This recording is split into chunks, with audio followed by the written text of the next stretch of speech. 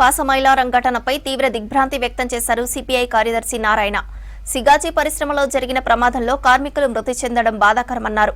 ఈ ఘటనలో మరణించిన మృతుల కుటుంబాలకు 50 లక్షల పరిహారం చెల్లించాలని డిమాండ్ చేశారు. మృతుల కుటుంబాలకు సంతాపం తెలిపారు.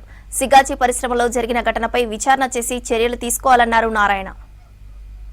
సంగారెడ్డి జిల్లాలో ఓ కెమికల్ ఫ్యాక్టరీలో అగ్ని ప్రమాదం జరిగింది.